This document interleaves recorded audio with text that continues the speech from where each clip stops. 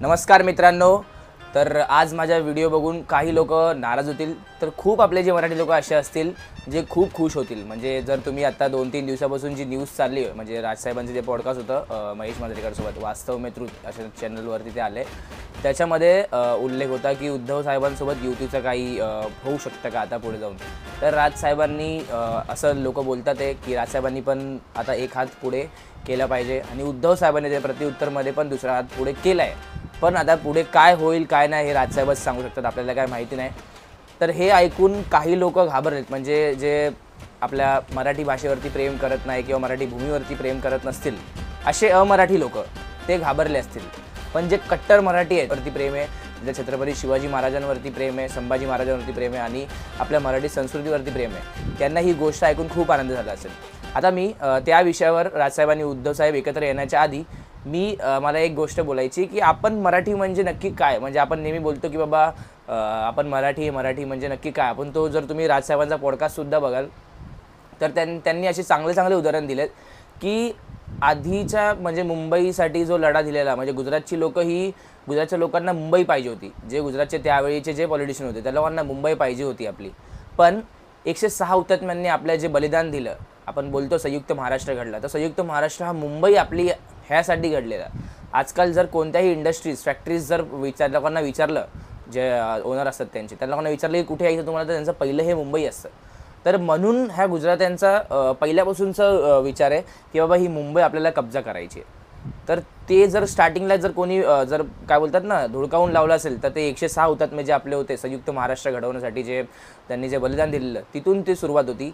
त्याच्या आधी जर एक आपण बोलतो ना की क्रांतीचा उगम जर कुठून झाला असेल तर छत्रपती शिवाजी महाराजांच्या आधीपासून आपले जे जिजाऊमा होते त्यांच्यापासून झालेला. म्हणजे त्यांच्या मनातला जो महाराष्ट्र होता, त्याचं स्वप्न होतं ते साकार करण्यात ते त्यांना साकार करायचं होतं आणि त्याच्यामुळे त्यांच्या पोटी जन्म झाला, म्हणजे आपल्या छत्रपती शिवाजी महाराजांचा. छत्रपती शिवाजी महाराजांनी मग नंतरला हळूहळू जी आपली मराठी भाषा आहे, पहिले जी मी तुम्हाला पाचच्या व्हिडिओमध्ये सांगितलं की पहिले ही फारसी भाषा खूप चालायची त्या काळी, मग हळूहळू ही मराठी भाषा आपली आली. 14% होती मराठी भाषा, त्यावरून ती 66% वरून 54% वरती ती मराठी भाषा आली. तर त्याचं कारण हे आपली संस्कृती तशी होती. छत्रपती शिवाजी महाराजांनी त्याचा आग्रह केला आणि लोकांना त्या काळी मराठी भाषा ही आवडत होती. पण आत्ता असं होत चाललं आहे की मराठी भाषा ही कुठेतरी संपत चालली आहे आणि हिंदीचं काय बोलतात ना हिंदी इंग्लिश असं काहीतरी आपल्या मुंबईमध्ये महाराष्ट्रामध्ये हे चालत आलं आहे. आपण नेहमी बोलतो की आपण सेक्युलर असलं पाहिजे, एकत्र राहिलं पाहिजे, सगळे महाराष्ट्राने देशाचा विचार केला पाहिजे, आपण देश म्हणून एकत्र आलं पाहिजे. पण मला त्याच लोकांना प्रश्न आहे की जर तुम्ही दुसरं राज्य जर बघाल, म्हणजे महाराष्ट्र सोडून इतर सगळे राज्य बघाल, तर ते लोक आपापसात जर दोन गुजराती भेटतात तर लोक गुजराती भाषेतच बोलतात. गुजरातचा तुम्हाला एक कायदा, जर तुम्ही त्या पॉडकास्ट नीट राजसाहेबांचा ऐकला असेल तर तुम्ही त्यांनी एक कायदा सांगितला गुजरातचा. त्यामध्ये असा कायदा येतो, जसं आपल्या महाराष्ट्रात जर बाहेरून कोणता माणूस येतो आहे तर तो इकडे जमीन विकत घेऊ शकतो आणि त्याला इकडे काय करायचं ते त्याचं तो बघू शकतो. पण गुजरातमध्ये असा कायदा नाही. गुजरातमध्ये जर तिकडच्या लोकांना जमीन विकायची असेल तर तो गुजराती माणसालाच विकू शकतो. म्हणजे जर दुसऱ्या राज्यातले, म्हणजे गुजरातमधली जर लोक जर आपापला विचार करतात आहे, आपापलं राज्य कसं मोठं होईल त्याचा विचार करतात आहे, तर मला ही जी लोकं बोलतात की महाराष्ट्र हे लोकांना मारतो, मराठी माणूस लोकांना मारतो, तर मला त्यांना विचारत आहे मुंबईमध्ये जी मराठीची टक्केवारी खूप जास्त होती आधी, ती आता कुठेतरी कमी होत चालली आणि ती 28-30% आली आहे. तर ह्याचं कारण की लोक फक्त येत चालली आहे. म्हणजे इकडे कामं खूप कमी उरली आहेत, पण लोकांची संख्या ही वाढतच चालली आहे. आणि जर लोक बोलतात आहे की बाबा मराठी काय अशीच भाषा आहे ना, हिंदी जशी भाषा आहे, बंगालची भाषा आहे, गुजरातची भाषा आहे, मराठी भाषा आहे. तर बघा, गुजरातीला अभिजात भाषेचा दर्जा नाही भेटला आहे. ठीक आहे, गुजराती भाषेचा इतिहास असेल मान्य, गुजराती भाषा प्रत्येक भाषा ही छान असते. पण जर मी मराठी आहे, जर मी महाराष्ट्रामध्ये राहतो, तर माझ्या भाषेला हा 1500 ते 1600 वर्षाचा इतिहास आहे. म्हणजे संत लोकांचा, साहित्यिक लोकांचा, अशा शूरवीरांसारखे महामानव डॉक्टर बाबासाहेब आंबेडकर झाले, छत्रपती शिवाजी महाराज झाले, संभाजी महाराज झाले, परत आपले ताराराणी झाल्या, असे खूप लोक जे चालत आलेत आपल्या पिढीनपिढी, ज्यांनी मराठी भाषा ही जपली, संस्कृती जपली, त्यांचा आदर जर आपल्याला करायचं ते कसं होईल, तर आपल्याला आपली भाषा ही जपायला लागेल, आपल्याला संस्कृती जपायला लागेल. जर आपण कुठेतरी संस्कृती आपली विसरतोय, आपण कुठेतरी आपली भाषा विसरतोय, याचा अर्थ म्हणजे आपण आपलं अस्तित्व गमावतोय. जर आपण अस्तित्व टिकून नाही ठेवणार, आपण जर कुठे जाऊन जर लोकांसोबत मराठीमध्ये नाही बोलणार, आजकाल दोन मराठी मुलं एकत्र आली, मुली एकत्र आली, तर आपण हिंदीमध्ये बोलतो. तर ते कुठे आपण जोपर्यंत बंद करत नाही आणि तसंच जर आपलं चालूच राहिलं तर हळूहळू जो 30% आकडा आहे मुंबईमधला तो हळूहळू हा 25% 20%वरती येईल आणि मग बाहेरचे राज्य करतील. जे गुजरात्यांचं आधीपासूनचं जे काय बोलतात ना विचार आहे की बाबा मुंबई हडपायची आहे, तो विचार कधीही म्हणजे होऊ शकतो. पण जसं राजसाहेब बोलत होते की बाबा पुढच्या काही वर्षात तुम्हाला समजेल की मी काय बोलतोय 5-6 वर्षापासून. त्यांनी एक खूप आधीचा एक व्हिडिओ त्यांनी बोललेलं की त्यांनी एकदा सांगितलं की मुंबई संपायला काळ गेला, म्हणजे म्हणजे त्यांनी सांगितलं की मुंबईमध्ये जे बाहेरचे लोक आले त्याला काळ लागला, म्हणजे खूप मुंबई संपायला काळ गेला, पण पुन्हा हा संपायला वेळ लागणार नाही. आणि ते सत्य लोकांनी ते राजसाहेबांना सांगितलं की बाबा राजसाहेब तुम्ही जे बोलले ते खरंच. तर असा नेता जो आहे त्याला विचार आहे की दूरदृष्टी किंवा महाराष्ट्रामध्ये काय झालं पाहिजे, मराठी लोकांसाठी त्याचा आग्रह काय असला पाहिजे. जसं बाळासाहेबांपासून ते राजसाहेबांपर्यंत सगळं ते ट्रान्सफॉर्म झालेलं आहे. तर मला असं कुठेतरी वाटतं की बाबा आपली मराठी भाषा आणि संस्कृती आपण कुठेतरी विसरलं नाही पाहिजे. आता नवीन परत सरकारने नियम काढला आहे की पहिलीपासून हिंदीची सक्ती केली आहे.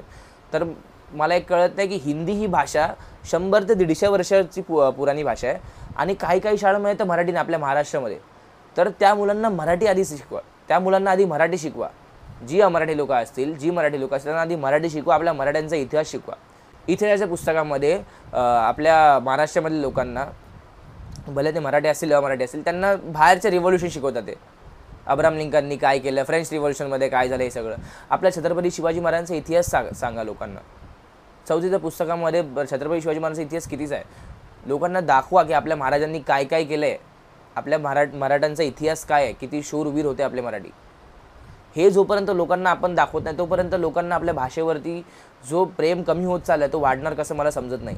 आपण बोलतो की बाबा आपण बोलू मराठी, पण आजकाल लोकांना मराठी बोलायला सुद्धा लाज वाटते.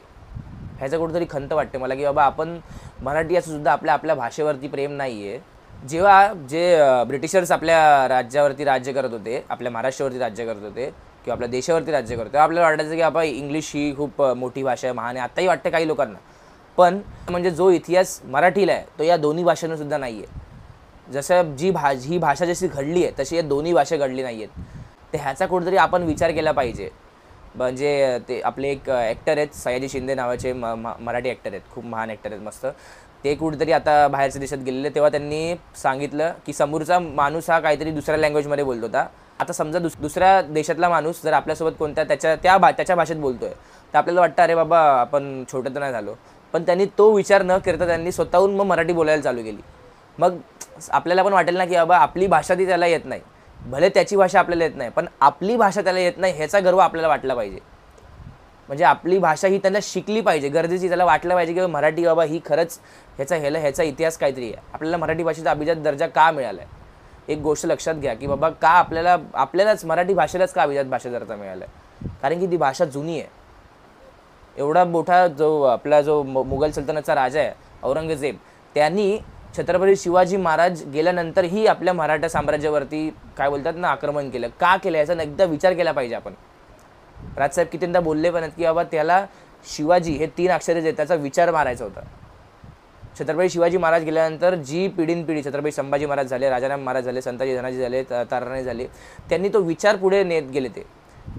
आणि मुघलांना शेवटी मग तो औरंगजेब इकडेच मेला. हा विचार केव्हा संपतो, जेव्हा आपण मराठी भाषा विसरतो, मराठी संस्कृती विसरतो. आपण मराठी म्हणून जेव्हा गुजरात्यांना मारहाण होते किंवा गुजराती काय होतं तेव्हा गुजराती लोक एकत्र येतात. किती दुसऱ्या राज्यात कोणतेही असतील ते लोक एकत्र येतात, पण मराठ्यांना काय आलं तर मराठी लोक आपले एकत्र का नाही आहेत ह्याचा कुठेतरी आपण विचार केला पाहिजे. आता मुद्दा येतो की बाबा राजसाहेब आणि उद्धव साहेब एकत्र आले पाहिजे. जेवढे आपल्या महाराष्ट्रातले कट्टर मराठी लोक आहेत त्यांना कुठेतरी वाटतं की बाबा राजसाहेब आणि उद्धव साहेब एकत्र आले पाहिजे. ह्याचं कारण म्हणजे की उद्धव साहेबांकडे ते एक पेशन्स लेवल आहे. म्हणजे ते संयम बोलतात ना, माणूस एक संयमी माणूस कसा असतो ते त्यांच्याकडून शिकलं पाहिजे. ते कोणत्याही गोष्टीमध्ये खूप विचार करून संयम ठेवून कोणती गोष्ट करतात. हे आपण लॉकडाऊनमध्ये जेव्हा ते मुख्यमंत्री होते तेव्हाही विचार केलेला. पण राजसाहेबांकडे तो विचार आहे, ती दूरदृष्टी आहे की बाबा जसे आजकालचे नेते जे आहेत, सरकार जे आहे ती पुढच्या 5 वर्षाचा विचार करते, 10 वर्षाचा विचार करते. पण राजसाहेबांकडे ती दूरदृष्टी आहे की ते महाराष्ट्राचा पुढच्या 50 वर्षाचा 60 वर्षाचा विचार करू शकतात. म्हणजे ते बोलतात की मला 5 वर्षाची सत्ता दिली तरी मी महाराष्ट्र हा पुढच्या 30 ते म्हणजे 25 ते 30 वर्ष कसा सुरक्षित राहील ह्याचा विचार मला नेहमी येतो. आणि काय बोलतात ना की मनसेचे किंवा राजसाहेबांचाच मनसे हा एकमेव पक्ष असेल ज्यांनी राज्याचा काय बोलतात आपला विकास आराखडा मांडला असेल की बाबा काय काय महाराष्ट्रामध्ये झालं पाहिजे. मराठी मुलांसाठी काय काय झालं पाहिजे, मराठी माणसांसाठी काय काय झालं पाहिजे आणि मराठी भाषेसाठी काय काय झालं पाहिजे.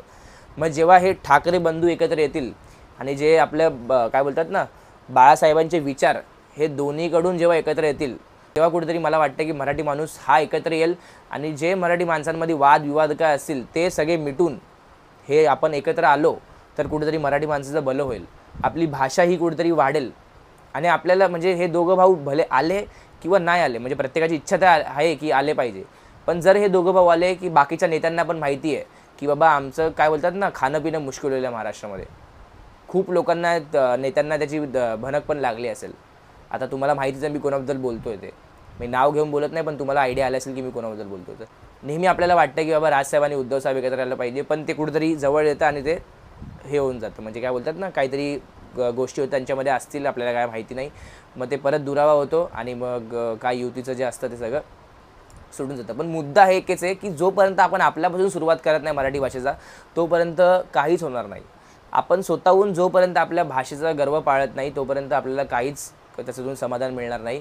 तर मला एवढीच विनंती की बाबा राजसाहेब आणि उद्धव साहेब एकत्र आलेच पाहिजे, ही माझी पण इच्छा आहे. पण नाही आले तरी आपली भाषाही आपल्याला विसरता कामा नाही.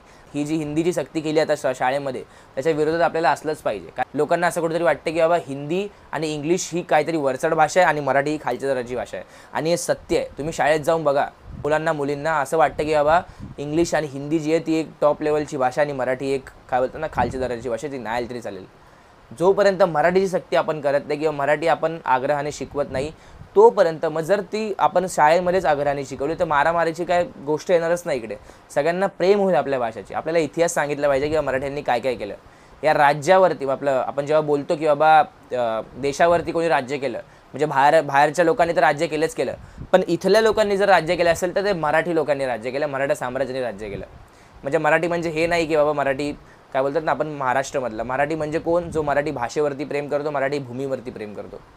भले तर त्यातला तो गुजराती असू दे, मारवाडी असू दे, कोणी असू दे, पण त्यांनी मराठी भाषेवर त्याला प्रेम करता आलं पाहिजे, मराठी भूमीवरती प्रेम करता आलं पाहिजे. तो खरा मराठी. मला एवढंच सांगायचं मित्रांनो की आपण मराठी म्हणून एकत्र आलं पाहिजे. जोपर्यंत आपण मराठी म्हणून एकत्र येत नाही तोपर्यंत या भाषेचं काहीच होणार नाही आणि भाषा अशीच संपत राहील आणि मग आपलं अस्तित्व मिटून जाईल, आपली संस्कृती मिटून जाईल, छत्रपती शिवाजी महाराजांचं नाव मिटून जाईल, संभाजी महाराजांचं नाव मिटून जाईल आणि आपण असेच काय बोलतात ना एक मुर्दा कसा असतो तसा आपण राहू.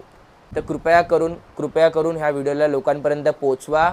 मराठी असतील अमराठी असेल मी त्यांना विनंती करतो की हा व्हिडिओमध्ये मी काय काय बोललो ते बारकाईने बघा आणि त्याचा एकदा नीट विचार करा की बाबा चॅनलवर नवीन असाल तर चॅनलला सबस्क्राईब करा. जय हिंद, जय महाराष्ट्र.